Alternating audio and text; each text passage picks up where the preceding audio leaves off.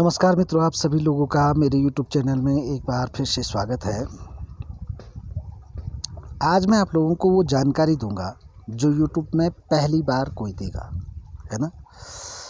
आज तक आप लोगों के दिलो दिमाग में एक प्रकार की भ्रांति फैलाई जाती है कुछ तथागत साधुओं के द्वारा, साधकों के द्वारा और कुछ मतलब तांत्रिक मांत्रिकों के द्वारा। भारतवासियों को पहले से गुमराह किया गया है कि ताकि वो ऐसे किसी भी प्रकार के कार्य को ना करें जिससे उनको कोई सिद्धि हासिल हो। तो आज मैं आप लोगों को बता दूं कि सिद्धि के कार्यों में या तंत्र मंत्र के कार्यों में सबसे बड़ी शक्ति होती हैं 10 महाविद्याएं। और 10 महाविद्याओं का आज मैं आपको ज्ञान दूंगा कि हर बच्चा महाविद्या साधक बनेगा। ठीक है, तो चलिए शुरू करते हैं। साधनाओं में महाविद्याओं की जो 10 महाविद्याएं हैं, पहले जो है काली है, दूसरी जो है काली है, मातारा है, त्रिपुर सुंदरी है, भुवनेश्वरी है, भैरवी है, छिन्नमस्ता है, बगलामुखी है, धूमावती है, मातंगी है और कमला है। इस प्रकार की 10 महाविद्याएं हैं। लेकिन लोग जो है महाविद्याओं का नाम तक नहीं जानते हैं और अपने को महाविद्या साधक बताते हैं। मैंने एक साधु का वीडियो देखा और बाकायदा समाचार पत्र में उसको जो है पूछा जा रहा था, तो वो अपना कुछ एक्सपीरियंस बता रहा था। वो कह रहा था कि मैंने जो है 10 महाविद्या साधना की है और कोई भी ग्रस्त जो है आज साधना नहीं कर सकता है, ये बहुत कठिन चीज़ होती है ना। और कह रहा था कि मैंने जो है यक्षिणी साधना की और यक्षिणी साधना में मेरे गुरु मेरे साथ थे और मेरा जो है एक गुरु भाई भी साथ में था और हम लोग जो है साधना कर रहे थे, तो एक लड़की आई और उसके अंदर प्रवेश कर गई और इस प्रकार से वो जो है बेहोश हो गया और ऐसा हो गया वैसा हो गया, पूरा तहस नहस हो गया, उसको पता ही नहीं चला। और कह रहा है कि मैं जन्म से जो है साधनाओं में हूँ, गुरु को दिया गया हूँ। तो कहीं ना कहीं ये चीज़ें हम लोगों को भ्रमित करती हैं। देखिए, महाविद्या साधना एक ऐसी साधना है जिसमें आपको डरने की कोई बात ही नहीं है। महाविद्याएं 10 दिशाओं में रहती हैं और 10 दिशाओं के जो 10 दिक्पाल होते हैं वो उनके जो है द्वारपाल होते हैं। लेकिन महाविद्या साधना के संबंध में मैं आपको एक वीडियो में तो नहीं बता पाऊँगा। आप लोग इस वीडियो को देखना, अगर आपको अच्छा लगे और आप जानना चाहेंगे तो मैं आप कमेंट करेंगे तो मैं आपको ये पूरी साधना दूंगा, पूरी 10 महाविद्याओं की साधना दूंगा।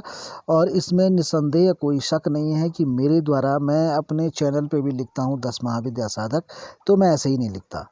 मैंने 10 महाविद्याओं की साधना की है एक एक करके। ठीक है, हालांकि मैं ये वादा नहीं करता कि मुझे 10 महाविद्याएं पूर्ण रूप से सिद्ध है, ऐसा मैं वादा नहीं करता। लेकिन मैंने साधनाएं की हैं, तो 10 महाविद्याएं जो होती हैं 10 दिशाओं में स्थित होती हैं, तो आपकी स्वतः ही 10 दिशाएं बंदित हो जाती हैं। 10 दिशाओं से आपकी सुरक्षा हो जाती है। जब आप किसी भी 10 महाविद्याओं में से किसी का मंत्र जाप कर रहे हों तो डर की कहाँ बात आती है फिर। दूसरी बात, अब आप महाविद्या साधना करेंगे तो सबसे पहले आपको एक योग्य गुरु का चुनाव करना होता है। अगर आपको गुरु मिलता है तो बहुत अच्छी बात है, नहीं मिलता है तो आप भगवान शंकर को गुरु मान सकते हैं। लेकिन ऐसी स्थिति में आपको अध्ययन अच्छी तरीके से करना होगा ताकि आपसे किसी प्रकार की कोई गलती ना हो, है ना। तो ये है, बस आप करो काम। आप कैसे करेंगे? सबसे पहली बात तो ये है कि आप साधना कर रहे हैं तो आपको तिथियों का विचार आना चाहिए कि आप कौन सी तिथि से शुरू करेंगे।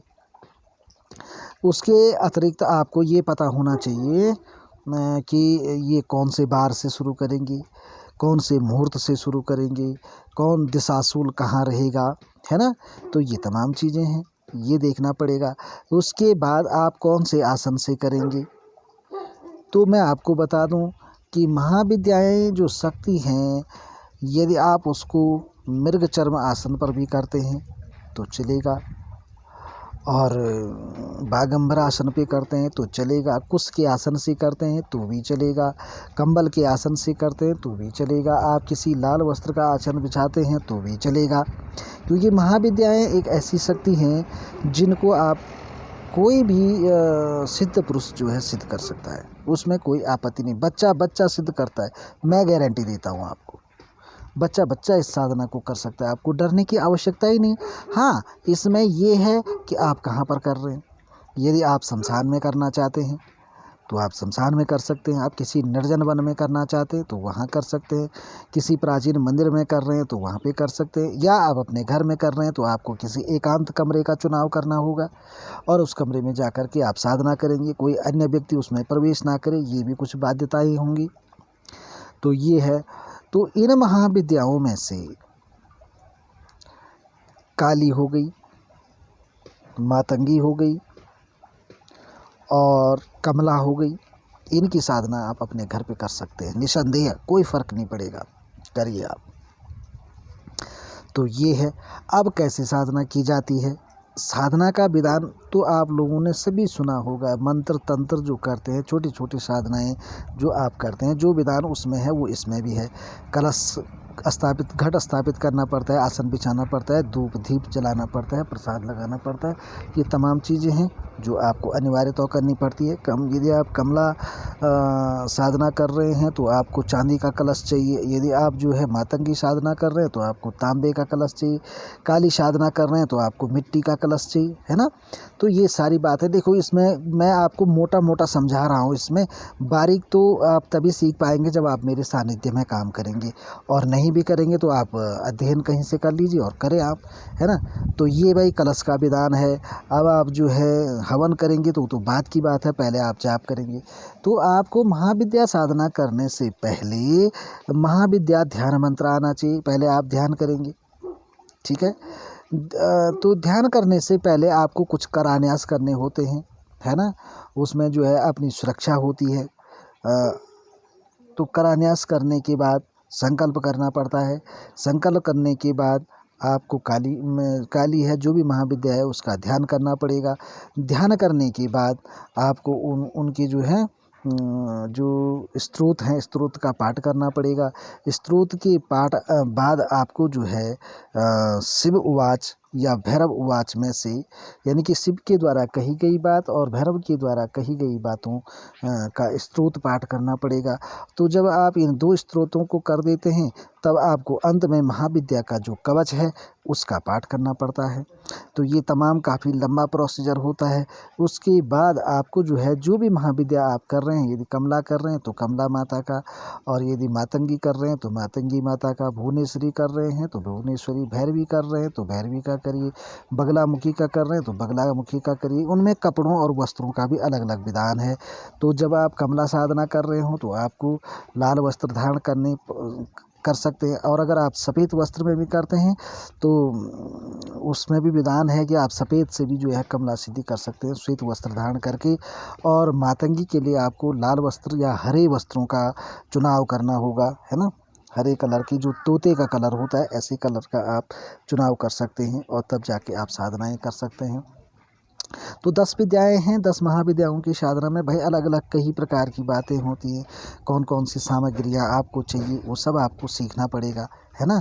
तो तब जाके होता है। इतना करने के बाद ये तमाम कवच स्त्रोतों का पाठ करके आप जो है, तो इससे पूर्व आप क्या करें, इससे पहले आपको जो है जो सप्तशती का जो मंत्र है, जागृति मंत्र भी उसको कह सकते हैं, मुझे थोड़ा ध्यान नहीं आ रहा है इस समय।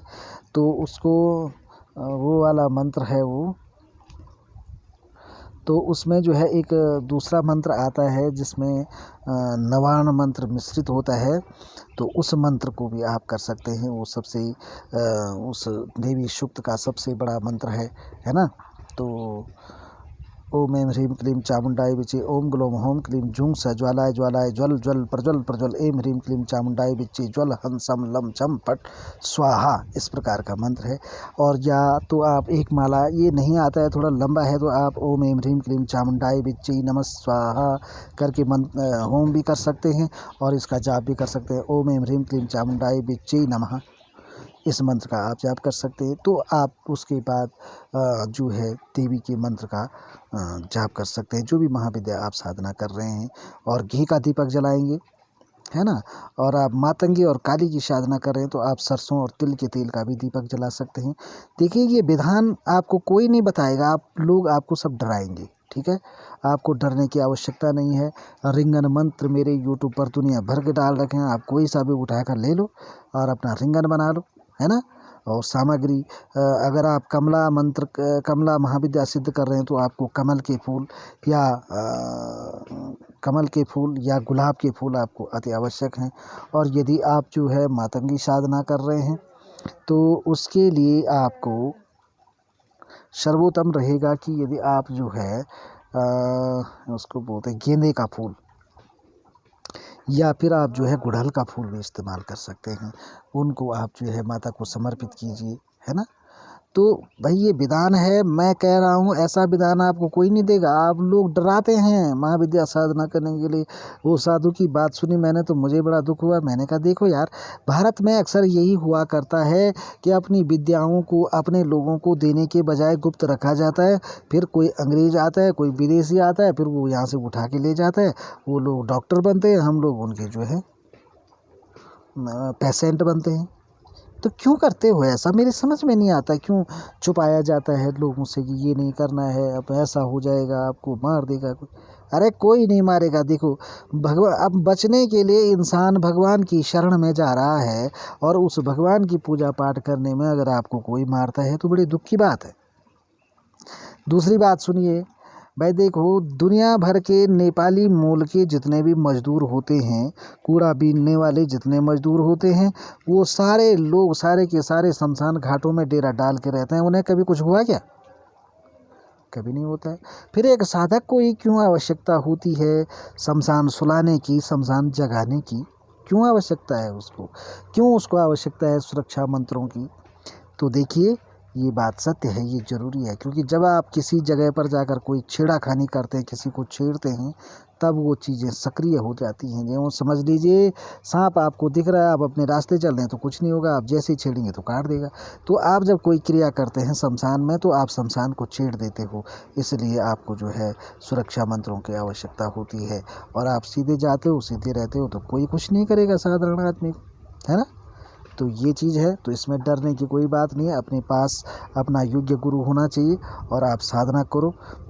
चाहो तो मुझसे संपर्क कर सकते हो, हम आपको बताएंगे। क्यों नहीं बताएंगे?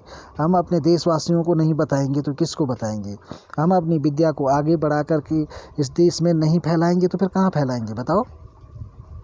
तो इस प्रकार से ये भ्रांतियाँ बंद कर दो। किसी एक व्यक्ति, ये एकाधिकार का तुम्हारा जो गुण है ये बहुत ही खराब गुण है।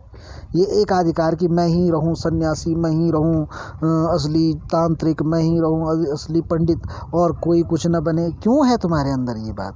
अच्छी बातें लोगों को क्यों नहीं बताते हो? आने वाली पीढ़ी को क्यों नहीं सिखाते हो? हैं, ये सबसे बुरी बात है।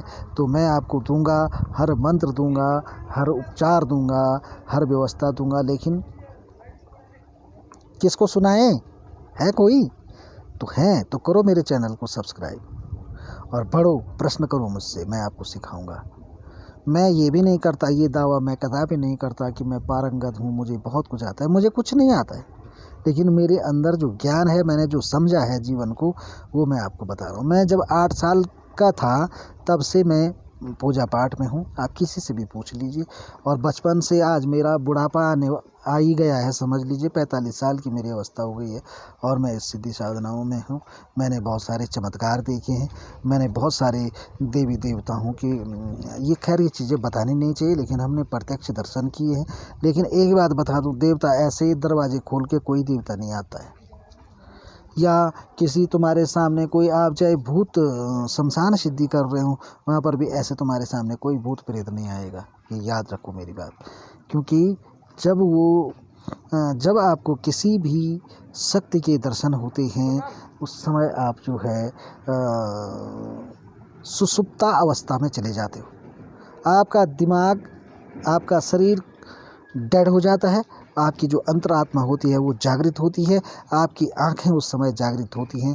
आंखें बंद हैं तो भी आप इस ललाट से, तीसरे नेत्र से आपको वो शक्ति दिखाई देती है, लेकिन आप जागृत अवस्था में उस समय नहीं होते हो, आप सुषुप्त अवस्था में रहते हो, तो ही शक्ति आती है। आप सम्मोहन में आ जाते हो, आपको कुछ पता नहीं चलता है, शरीर को कोई ये मालूम नहीं होता है कि भाई मैं क्या कर रहा हूँ, मैं कहाँ बैठा हूँ, ये चीज़ सब भूल जाएंगे। आप केवल वो शक्ति दिखेगी और आपकी आत्मा उससे बात करेगी। आप में क्षमता है, आप में निडर हैं, तो आप उसमें बात करेंगे। लेकिन आप जब शक्ति से डर जाते हो तो आपके शरीर में एक सिहरन पैदा हो जाती है, एक झुंझलाहट पैदा होती है। आप अचानक डर जाते हो और आपके नेत्र खुल जाते हैं, आपका ध्यान भंग हो जाता है और वो आपकी समस्या खत्म हो जाती है। तो डर नहीं है तो आपका ध्यान भंग नहीं होता। और जब आप डीप ध्यान में जाते हो ना, गहरे ध्यान में जाते हो, तो आप सुषुप्ता अवस्था में, अर्ध निद्रा अवस्था में आ जाते हो। जैसे आपको सपने होते हैं ऐसे होता है, लेकिन आपकी आत्मा सचेत रहती है, तो आपको डरने की आवश्यकता ही नहीं है। अगर कोई आप पर आग के गोले बरसा रहा है, पत्थर फेंक रहा है, तो ये तमाम चीज़ें सुषुप्ता अवस्था में होती है, वास्तविक तौर पर बिल्कुल नहीं होती हैं। ठीक है, तो आपको डरने की ज़रूरत ही नहीं है, आप जाइए। हाँ, पर कुछ साधक जो है विक्षेपित हो जाते हैं। उसका कारण ये है कि आप लोग डर जाते हैं, भय आपके अंदर बैठ जाता है और फिर आप अपना सुरक्षा घेरा तोड़ के बाहर चले जाते हैं। तो भाई अगर खाने की वस्तु हम रखते हैं तो उस समय कोई भी शक्ति जो है वहाँ पर आती है, वो आप पे अटैक कर देती है, तो आप विक्षेपित हो जाते हैं। तो आपको भागने की आवश्यकता है ही नहीं। यज्ञ गुरु के मार्गदर्शन में आप करेंगे तो आपको कोई समस्या होगी नहीं, है ना। तो ये वाली बात है। रही बात सुरक्षा मंत्र के, एकांत में जा रहे हो तो वहाँ आपको भूत प्रेत तंग करेंगे, ऊपरी हवाएं तंग करेंगे कि भाई मत कर इस स्थिति को। तो घर में आपको कौन तंग करेगा? घर में आपकी गृहस्थी तंग करेगी। कोई बच्चा रो जाएगा तब तक कोई जो है काम वाला आ जाएगा, तब तक कोई पत्नी बोल देगी कि अरे तुमने ये काम नहीं किया। कोई लड़का बोल देगा कि मुझे वहाँ जाना था, उन्हें जगाओ। तो ये समस्या है यहाँ भी है। लेकिन आप जैसे ही सुरक्षा घेरा लगाते हैं, आपकी सारी समस्याएं सॉल्व हो जाती है, आपको कोई परेशान नहीं करता है। आप निश्चित तौर पर अपना दरवाज़ा बंद करके, अरे कोई भी मंत्र करो, कोई भी साधना करो, जो मर जाएगा उसकी जवाबदारी मेरी है, मैं दूंगा तुम्हारी जवाबदारी। क्यों डरते हो इतना? ठीक है, तो चलिए, यूट्यूब के इतिहास में पहली बार आपको ऐसी शिक्षा मैंने दी है, तो देखता हूँ आप लोग मेरे प्रति कैसे श्रद्धा रखते हैं। और मिलते हैं अगली वीडियो में। और जिसको साधनाएं करनी है वो तुरंत फ़ौरन संपर्क करे मुझसे, ठीक है। और मैं आपको वो करूँगा जो कोई गुरु नहीं कराएगा, वो करा के दूंगा। आपको ऐसा तांत्रिक बना दूंगा, आपको ऐसा सिद्ध पुरुष बना दूंगा कि भारत में सिद्ध पुरुषों की कोई कमी नहीं रहेगी। और ये मेरा लक्ष्य है। और मैं ये चाहता हूँ कि इन महान विद्याओं पर किसी एक का अधिकार नहीं हो, बल्कि सबका अधिकार हो। इस हेतु मेरी ये मुहिम है और इसमें मेरा साथ दें। जय भारत, जय उत्तराखंड, जय माता दी, जय 10 महाविद्या।